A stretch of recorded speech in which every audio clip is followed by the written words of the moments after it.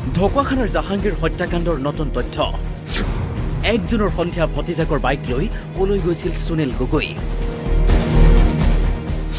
সেইদিনে কিয় মাস্ক বিচাৰি হাবাথুৰি খাইছিল সুনীল গগৈয়ে হয় বিগত 1 জুনৰ নিশা ঢকুৱাখানাৰ হাপটিয়াৰ চেতিয়া গাঁৱত উদ্ধাৰ হৈছিল জাহাংগীৰৰ অৰ্ধদগ্ধ মুণ্ডহীন মৃতদেহ জাহাংগীৰৰ এই চাঞ্চল্যকৰ হত্যাকাণ্ডৰ আজি ৪৮টা দিন উকলিল কিন্তু আজিও ফাদিল হোৱা নাই ৰহস্য কোনো সন্ধান নাই অভিযুক্ত সুনীল গগৈ CIDৰ লাই ডিটেক্টৰ জেৰাত সুনীল গগৈ ভতিজাকে প্ৰকাশ কৰিছে কিছু চাঞ্চল্যকৰ তথ্য জাহাংগীৰৰ অৰ্ধদগ্ধ মৃতদেহ উদ্ধাৰ হোৱা চুমনিখনত হত্যা কৰা হোৱা নাছিল জাহাংগীৰক বৰঞ্চ অন্য ঠাইতহে হত্যা কৰি এই চুমনিখনলৈ লৈ অনা হৈছিল জাহাংগীৰৰ মৃতদেহ ইতিমধ্যে কেইবাটাও দিশৰ পৰা এই কথাটো স্পষ্ট হৈ পৰিছে আনহাতে আৰু এটা কথা এই ঘটনাৰ লগত জড়িত হৈ পৰিছে যে এই ঘটনাটোৰ লগত এই হত্যাকাণ্ডৰ লগত কেৱল এজন ব্যক্তি নহয় আন কেইবাজনো ব্যক্তি থকাৰ সন্দেহ কৰিছে ইতিমধ্যে তদন্তকাৰী দলটোৱে কিয়নো এজন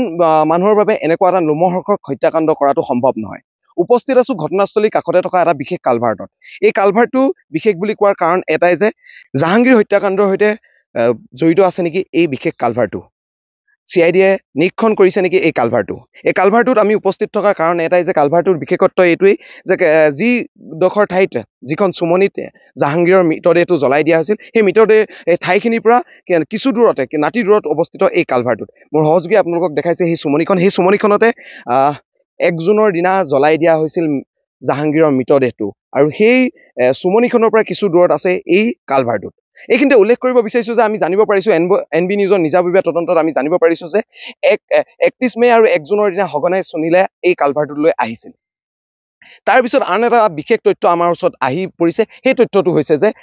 1 জুনৰ দিনা সুনীলে মাস্ক বিচাৰি হাবাথুৰি খাইছিল কিয় এখন মুখত পিন্ধা মাস্ক বিচাৰি তেওঁ নিজৰ গাঁৱত বিচাৰি ফুৰা বুলি আমি জানিব পাৰিছো আৰু সেই কথাষাৰ বিশেষভাৱে এতিয়া বৰ্তমান ৰহস্য আৱৰ্তত সোমাই পৰিছে যে 1 জুনৰ দিনা সুনীলে কিয় মাস্ক বিচাৰি হাবাথুৰি খাইছিল আৰু সঘনাই এই 31 মে আৰু 1 জুনৰ দিনা এই কালভাৰ্টটোলৈ কিয় আহিছিল সুনীল গগৈ CIDয়ে লাই ডিটেক্টৰ জেৰাত কি সুধিছিল সুনীল গগৈ ভতিজাকক সেইদিনাখনি মই গধূলি সময়ত প্ৰায় বাইকখন উলিয়াই আনিছিলোঁ মই উলিয়াই আনোতে তেওঁ কৈছিলে যে নতুন বাইকখন 1 তাৰিখ 1 জুনৰ কথা সেইদিনাখনি গধূলি হোৱা আগে এপাক চলাই আহোঁ বুলি কৈছিলে চলাই আহোঁ বুলি কৈ বাইকখনলৈ ৰাস্তা পিনে ওলাই গৈছিলে বুলি আমি দেখিছোঁ আৰু তাৰপিছত আমি তেওঁলোকৰ ঘৰলৈ গ'লোগৈ ঘূৰি অহাৰ পিছত তেওঁ কৈছিলে যে এই পিনে মূৰ্তিয়া বুলি কয় নতুন ৰাস্তা এটা বনাই থৈছে তাত নতুনকৈ পিচ দিয়া ৰাস্তা নতুনকৈ বনাইছে আহি মানে কৈছে যে ৰাস্তাটোত বহুত মানুহ থাকে বুলি মানুহ মানে ইমান ভিৰ লাগি থাকে কৈছে নতুনকৈ ৰাস্তাটো বনাইছে মানুহে ফটো মাৰে বুলি বহুতে সেইকাৰণে যায় বুলি কৈছোঁ আমি তেতিয়া গম পাইছোঁ যে সেইডোখৰলৈ গৈছিলে বুলি